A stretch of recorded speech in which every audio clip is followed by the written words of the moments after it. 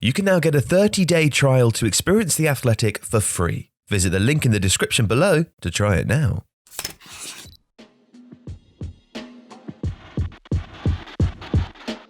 Hello, and welcome to our Europa League final preview.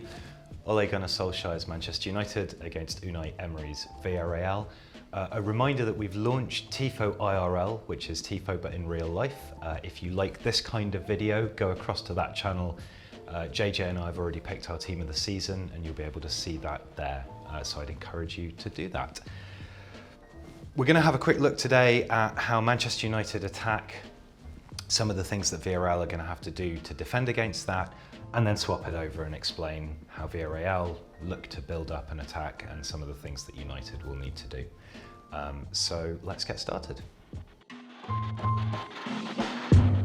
So Manchester United pretty much all season have played this 4-2-3-1 system. The reason for that is Bruno Fernandes. Everything kind of revolves around him, and that means that Solskjaer needs to deploy a kind of fairly classic 10-centered formation, and the 4-2-3-1 works very well for that. This is probably the lineup. Now, it's a little difficult to speculate. Going into the game against Wolves the weekend, when we're recording this, that'll be the next fixture. There's a number of injury doubts, so it is possible that it's not going to be like this. Harry Maguire is almost certainly missing from the centre of defence, and Axel Tuanzebe will probably come in for him. De Gea and Henderson have had a kind of straight fight out this season for who's going to start in goal. Henderson's been playing a lot recently, but there are good reasons to think that De Gea might start the final. The rest of that back line, pretty solid.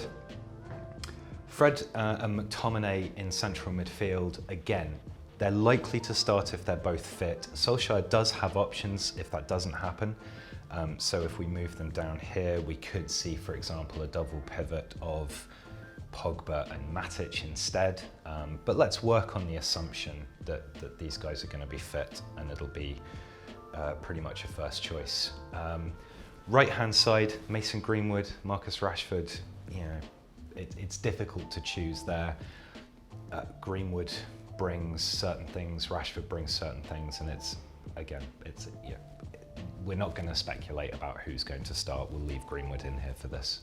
Cavani up front. This makes a lot of sense for reasons that we'll talk about, but again, we could see a different formation here. So Greenwood could start up front with Rashford playing off the right, etc. How do Manchester United build up? Generally speaking, fullbacks are going to offer quite a lot of width. The centre-backs will split relatively wide, and then one of two things will happen. Either the goalkeeper will push up and create a sort of passing triangle here that allows for deep build-up, or if that doesn't happen quite so much, perhaps one of the central midfielders, usually McTominay, will drop off and make a kind of back three here, or possibly a back three like this. There's a bit of variety, but basically United like to build up in that sort of shape so that they can create a triangle of passing options between three players in their penalty area. This gives the fullbacks a degree of solidity to push forward, and you start to then see this kind of four line appearing here. Both of these fullbacks are really good at tucking inside as well. So that can bulk out that midfield again. Say if he's dropping back and he's there, then Wan-Bissaka and Shaw can tuck inside to provide solidity if that's required. Up front, Fernandes will basically drift around into this space. He does have a predilection for popping across to the left-hand side. This is partly because Luke Shaw is such a good creative outlet on the left that United really try and create overloads within this left-hand space. Pogba, likewise, will sometimes drift off and deeper a little bit, not quite forming a midfield three, but what it does is as Fernandes is drifting over, Shaw is here on the overlap and Pogba's here, then you can start to get this nice rotation of the ball between these guys, and then as the opposition get drawn across towards it, then you can look to have passes that are coming inside, or Shaw can even get forwards on the overlap and pull the ball back. Up front, Cavani here is a really, really useful focal point. His movement as a striker is excellent. He's often looking to make kind of blindside runs in behind. He can go up against the centre-back and contest balls in the air. He can act as a kind of wall pass here because he's physically strong. He can back into defenders, and that will then allow a player to come round, receive a pass and drive forwards. There are obviously, as we've said, alternatives for Manchester United in that forward position. But recently, I think the experience of Cavani, the leadership as well, the tempo that he sets when he's pressing, but most importantly, that kind of instinctive predatory movement that you get from really top-class strikers is probably why Cavani will start this game. So United, they're looking to attack often quite quickly, often quite directly.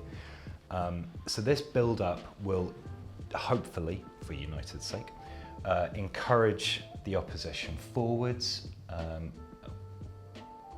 Get rid of that arrow. Encourage the opposition forwards a little bit here, and this would be the case kind of irrespective of who the opposition are. What they're looking to do is get spaces, and they want space here in between the midfield and the defensive line, because with these attackers, they've got a lot of ball carrying ability, they've got a lot of pace and dribbling, and they're looking to transition very directly. And in Europe particularly, some of Solskjaer's best performances have come against really strong teams who like to push up and like to be aggressive, and that allows United to just, I mean, I'm not saying that the centre-backs necessarily hit these passes, but just to get the ball forwards into this space really, really quickly and then run at the opposition. Also, this left-hand side, they'll particularly look to build down here. We've talked before about Shaw. And if you've seen our Team of the Season video, actually, you'll know that in terms of attacking numbers for Manchester United, Luke Shaw is right up there. It's basically Bruno Fernandes, Rashford and Luke Shaw who've contributed the vast majority of United's creative play. Pogba can push out and Shaw can underlap. Shaw can go round the outside and pull crosses back here. And with Fernandes sort of drifting into space and then moving out into this middle area as well, United will really try and exploit this flank. Where might United have problems in attack? Well, Wan-Bissaka has actually really improved his game on this right-hand side. And as we've said, particularly if the opposition are kind of moving across because the ball is out here on the left-hand side, that's going to attract the opposition attention to that flank, and it'll leave this flank relatively unguarded. And that can allow Wan-Bissaka to get forwards on the overlap, particularly if the ball's played back here and then there's a quick switch pass, he can get forwards onto that. And Greenwood here will excel in space. What he wants to do is to get the ball and drive forwards, either coming around the blind side of this defender here or targeting this channel here for runs. So United can pose a threat from both sides of the pitch. The left-hand side is going to be more dangerous, but if United can transition quickly, can create space on the left or in the gaps between the midfield and the defensive line of Villarreal, that's going to cause them issues. The fact that Cavani is able to press up against those centre-backs, possibly sort of drive them a little bit backwards here, that's going to create more space in this area for Fernandes to be able to pull the strings here like this. And that's really the focal point for Manchester United. So how are Villarreal going to defend against this?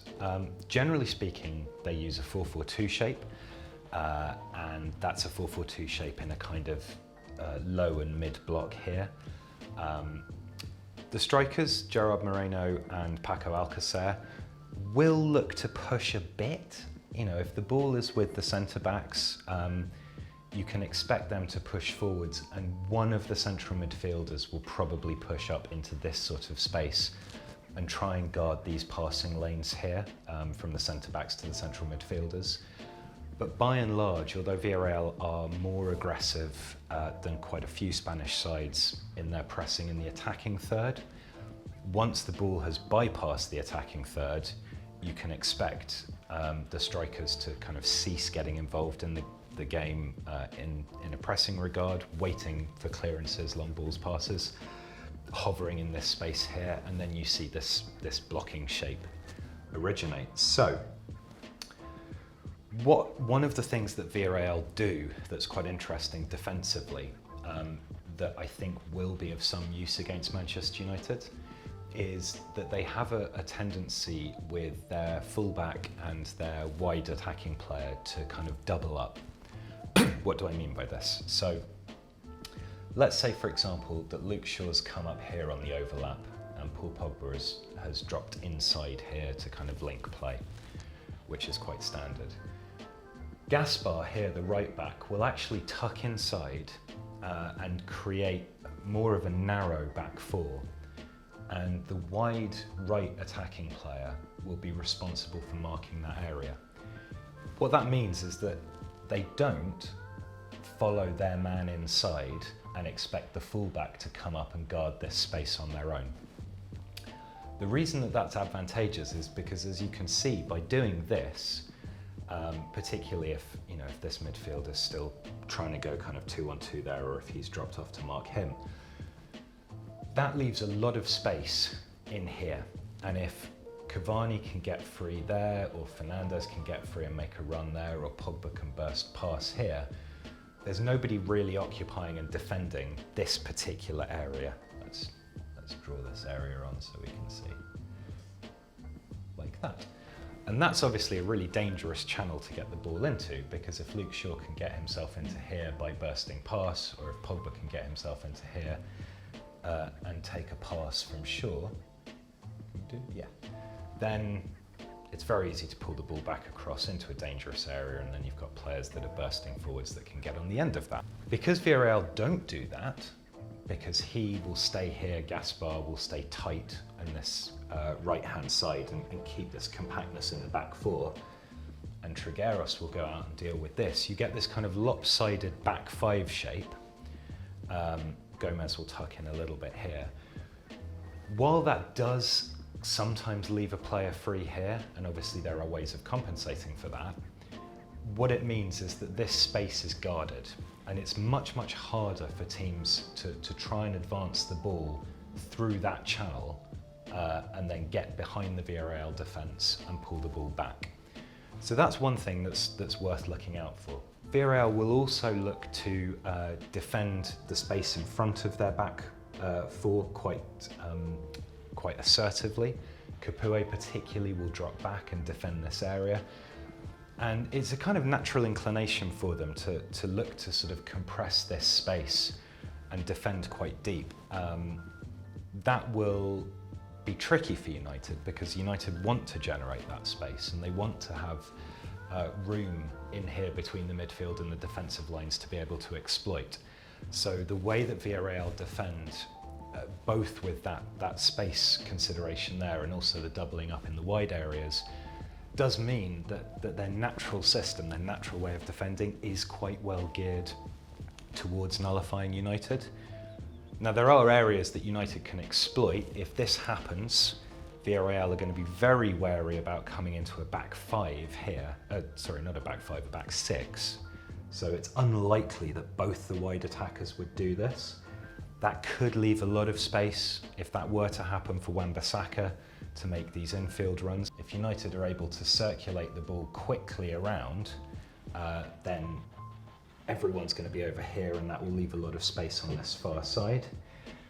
If they don't do that, and Gomez stays sort of roughly up here, more where he would generally stay, it's quite likely that Greenwood's going to have space, and Wan-Bissaka will have space perhaps to come on the overlap. So the danger with defending this deeply, particularly in the wide areas, is that you can end up both with too many people back and too much of a gap between the midfield line and the attacking line. So Villarreal have to be really, really cautious about not becoming too compact in this space and creating way too much space here, because that will then just allow United to hog possession in the middle of the pitch, probe for their openings, and be able to get plenty of shots in on target. So in terms of build-up, Villarreal really have three key passes of the ball. The first is Asensio, the goalkeeper, Pau Torres, the left-sided centre-back, and Dani Parejo, the left-sided central midfielder. Pretty much all of their initial ball progression will come through these players. One of the things that Villarreal do is, because they've got two centre forwards, Alcacer, who's a predatory, running in behind, off the shoulder kind of striker, will play quite high, and Moreno will drop into this space here between the opposition defence and midfield. They will push up in the wide attacking areas, and their shape will morph into something that looks almost like a 4-2-3-1. The reason for this is, if we give the ball to the goalkeeper there, Moreno excels in the air. Although weirdly he hasn't actually scored any headed goals this season, I don't think, in terms of his ability to contest the ball and to link up play in the air, he excels. So, that is one of the ways that Villarreal attack. It's pretty basic, it's pretty functional. He will then look to play the ball out into the wide areas, or possibly just thread it through for a run there. It's direct, but because of this deep position that we've talked about in the defensive structure, what that does is it tends to stretch the opposition and pull them forwards onto Villarreal, which will leave space for Moreno to be able to do that. And because Asensio is good at kicking, pretty accurate and gets good distance on it, he's going to be able to find the striker, and then they can transition quickly into attack in that way. The other crucial guys, and they're really kind of a link here, are Torres and Parejo. Parejo is a fantastic passer of the ball. He's able to play it long, short, he's got good control, good technique, and has the ability to unlock defences or play progressive passes. That is not a progressive pass. That is a progressive pass that bisects the lines and gets these wide players or Moreno dropping into space to attack. Torres is also a good passer of the ball. What he will look to do though is he will look to progress the ball up the pitch by carrying it. This is something that Harry Maguire would be doing for Manchester United from left-sided centre-back if he were fit, but he's probably not going to be. So if Torres can carry the ball forwards, I can't bring the ball with me, but let's assume that it's coming, there we go. Then that allows the rest of the team to push up. Then you start to get something that looks a little bit more like a 4-4-2 shape. Fullbacks will start to push up in concert with it. Albiol will hang back a little bit. He's kind of slightly more sweepery in that regard. But Torres's ability on the ball, and defensively he's fine, he's a bit slight, but where he really excels as a centre-back is ball carrying and passing.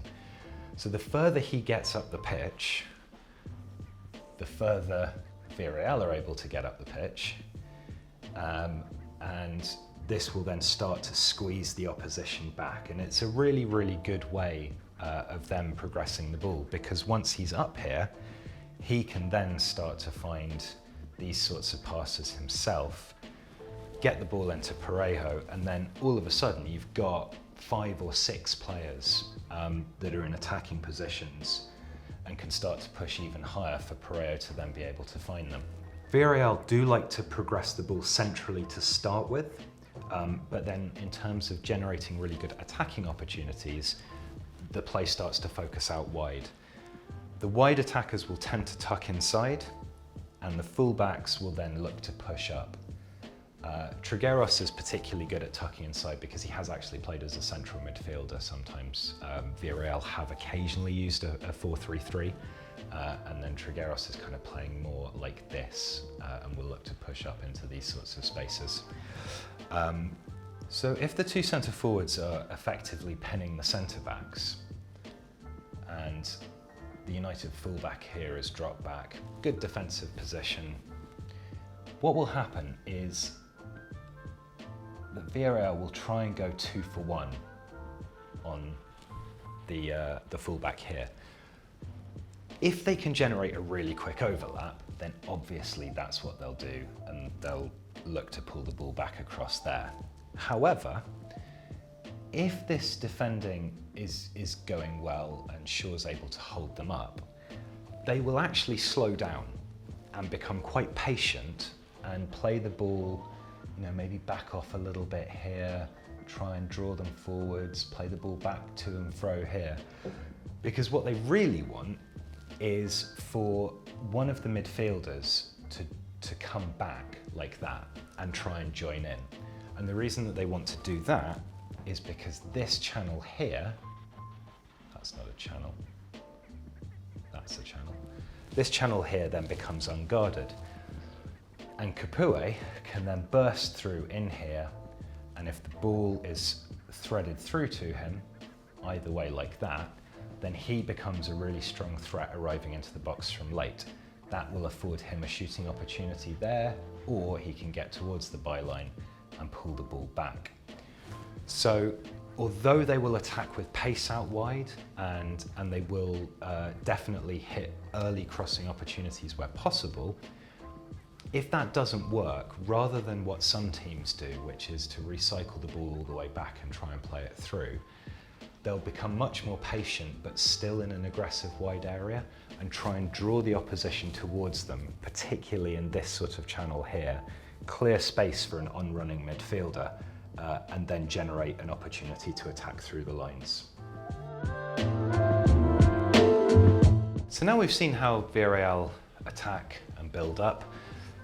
What can United do to seek to mitigate those threats? Crucially, because of these, the importance of these passes in Torres and Parejo, pressing in Villarreal's defensive third is going to be really important. I think that's another reason why Cavani is probably a good choice for that centre-forward role. Torres is left-footed, so ideally you'd like to get him playing with the ball on this side so that he's either having to kick it with his left foot across himself or playing it onto his weaker side. And that means that you might get Fernandes coming across and creating a kind of pressing cover shadow here, rather than necessarily aggressively going for the ball, because he could just be turned and then Torres can get past him. I would assume that Cavani's going to press aggressively in from this side as well, and they'll try and isolate Torres, because although Torres is really good at carrying the ball and really good at passing, if he's put under pressure, and even if United don't turn the ball over, if the ball is forced out to the left back or back to the goalkeeper, let's give him a bit of space, that does automatically make Villarreal less threatening progressing the ball through the thirds.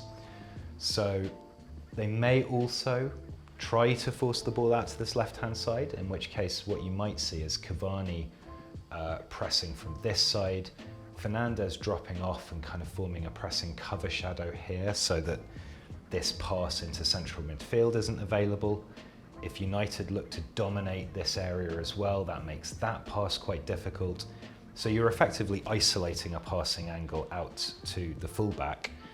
And then with Wan-Bissaka being a really, really good one-on-one defender and very aggressive and able to get ahead of his man, that does sort of stifle Villarreal's attacking options, forces them into these wide areas where they're generally less effective when they're building up from deep. And that might be quite a good ploy. This midfield battle is going to be really important as well, because it's technically 2-on-2, even with the shape that Villarreal will look like a 4-2-3-1 at times. United will look like a 4-2-3-1 often. Moreno and Fernandes aren't going to drop back an awful lot to help out. So it's really, really important that McTominay and Fred dominate their opposite men from a Man United perspective, particularly isolating Parejo. Capoue is not really a threat with his passing so much more with his dynamic running. So at times United have used a kind of man-for-man system when they're going up against teams that have got creative passers. They did this in the Manchester derby against United, for example. So I would expect possibly a certain amount of kind of doubling up or man marking on Parejo, similarly with Torres, and then you're effectively reducing Villarreal either to just punting it long up to Moreno, in which case, aggressive defending would potentially counter that, or they're going to have to build through the wide areas in a deeper build-up, and that would obviously give United the opportunity to squeeze the play up, to try and win the ball back and then counter into the space in behind, which really, really suits them. This, I suppose, is the other danger area for United. Moreno is a really, really good player. Only Lionel Messi so far in La Liga has scored more goals. So he's going to be a real threat once he gets into the box, but also his ability to drop off and to contest those balls in the air will be significant. It wouldn't surprise me if McTominay drops back if the ball is with Asensio. McTominay, it would make sense if he drops into this space so that United still have a man over in the centre-back area, and McTominay can contest those balls. He's good in the air, he's 6'3", 6'4", something like that. So that could be a really good way of shutting off Villarreal's other attacking options. So that's how I think some of this game might play out. We've looked at how Manchester United attack and the ways that they might defend against Villarreal. We've looked at how Villarreal build up an attack and similarly what they might do to counteract Manchester United. If you've liked this video, then please go across to our other channel, Tifo IRL, where you can see JJ and my team of the seasons, where we've picked who we think from the Premier League would make a team of the season and then compare and contrast. Otherwise, I hope you enjoy the Europa League final, and I will see you next time. If you liked today's video, please subscribe to Tifo to help us reach 1 million subscribers. The Athletic is home to some of the world's best sports journalists, including David Ornstein, Daniel Taylor, Ollie Kay, Amy Lawrence and Rafa Honigstein. There are journalists dedicated to each Premier League team, so every fan gets the coverage they deserve, not just the big clubs. And you can try it for free now for 30 days. See the link in the description.